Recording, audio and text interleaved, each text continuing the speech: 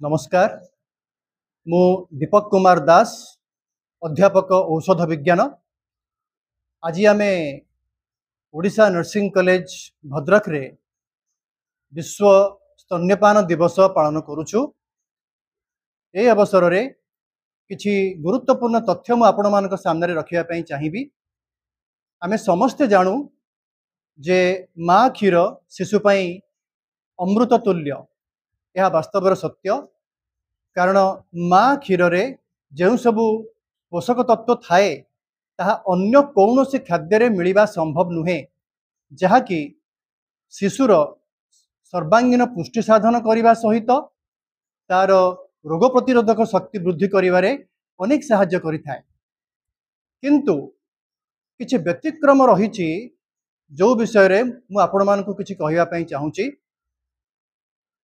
आमे जानि रखिबा दरकार जे विभिन्न रोग पई व्यवहार करा जाउथिबा औषध शरीररू विभिन्न माध्यम देई बाहर को निष्कासित होता है, यथा परिस्रा, झाड़ा, आमर श्वासक्रिया, झाड़ एवं माँ क्षीर। विशेषकर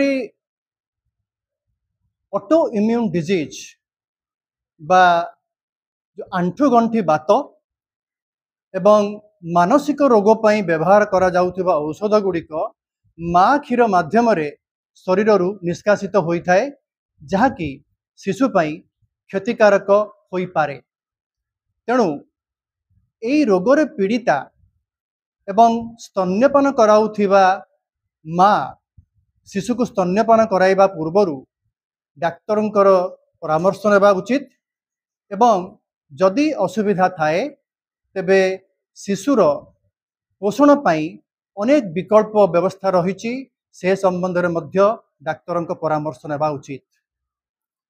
एई व्यतिक्रम को छाड़ीदेले माँ क्षीर शिशु पाई सर्वोत्तम, एथिरे कौनसी संदेह नहीं।